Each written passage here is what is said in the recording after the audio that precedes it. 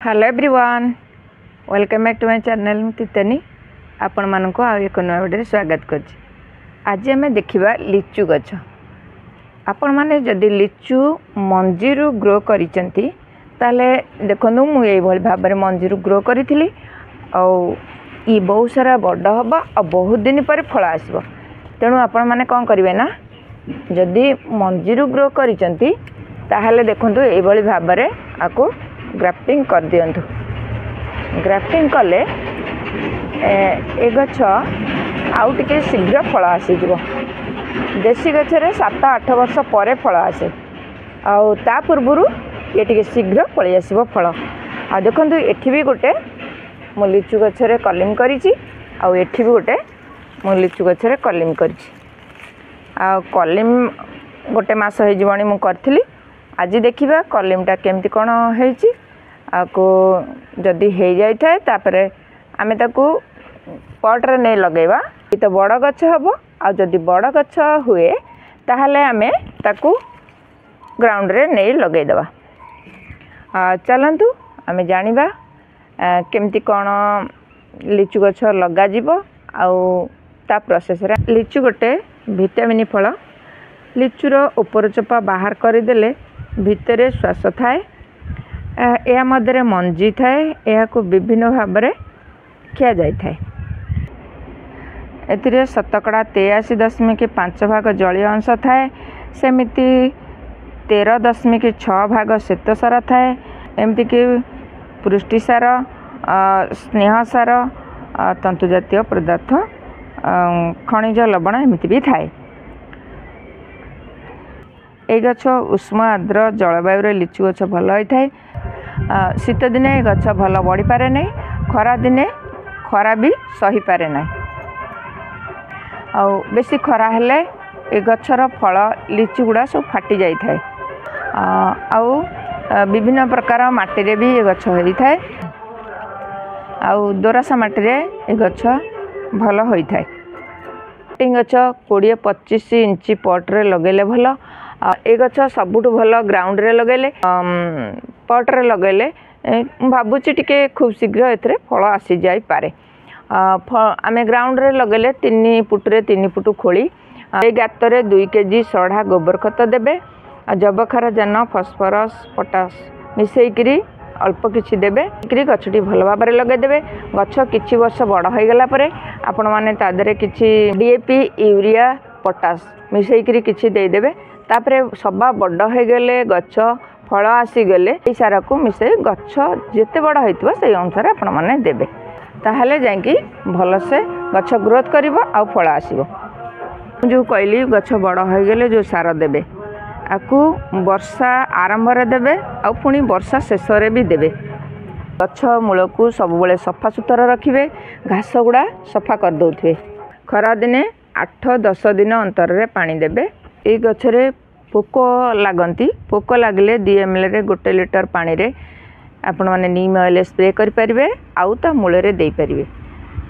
तापरे आपण मानकर जदि भल ना हला ताले पोक मरा औषध आपण माने तादरे स्प्रे करिवे आ ता मूल रे देबे।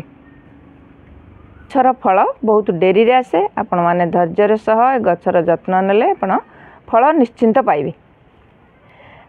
चलंतु आमे आज देखिबा आमे ग्राफ्टिंगटा केमिति हेछि आ ताकू केमिति को प्रोसेस रे लगेइबा देखिबा। चलंतु केमिति तार चेर हेछि।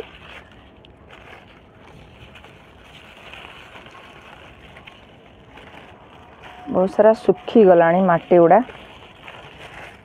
देखंतु केते बढ़िया से आछि तार चेर।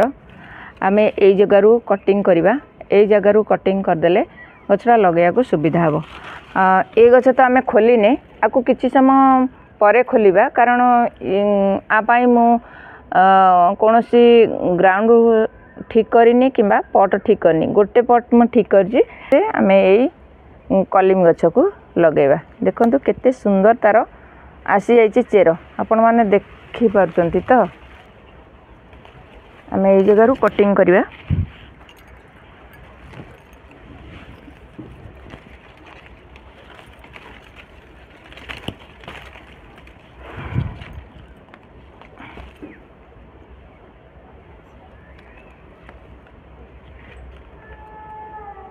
ये जगह आम कटिंग करदे।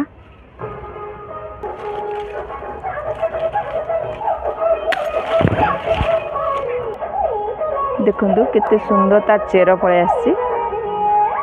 चलते आम लगेगा आम ये छोट पट्रे जो लगेगा आम ये पट्रे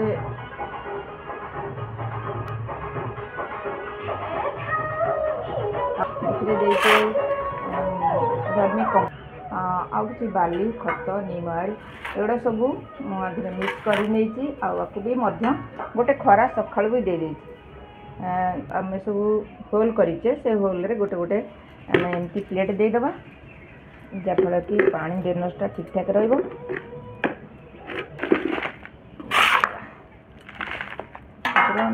साइड पाउडर आम देचे तापर भी आम से जो पोकमरा औषध पानी रे गोलेकी से पानीटा को गछ मूल दबा जा यही प्रोसेस रे हम लगेगा। आज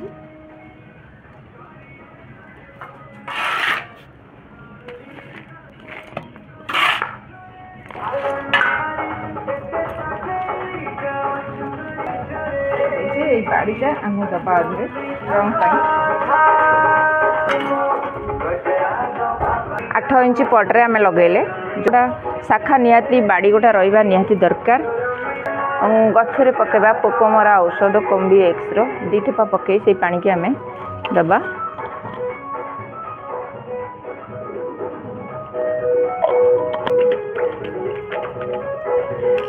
आम यही पानी की देले कौन सी पोक लगे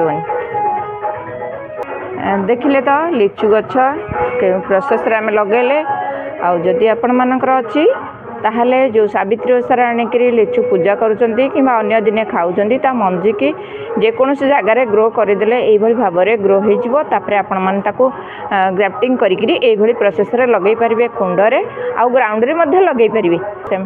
देखले तो ये छोट भिडियोटा जदि आपण मानक भल लगी थाए लाइक कमेंट शेयर करेंगे आ मो चैनल जदि आपण मैंने नुआ देखुं गोटे सब्सक्राइब करेंगे। आज ये पुणी आसबि आउ एक नुआ वीडियो नुआ टॉपिक सहित से पर्यंत गछ लगुता भल था। जय जगन्नाथ।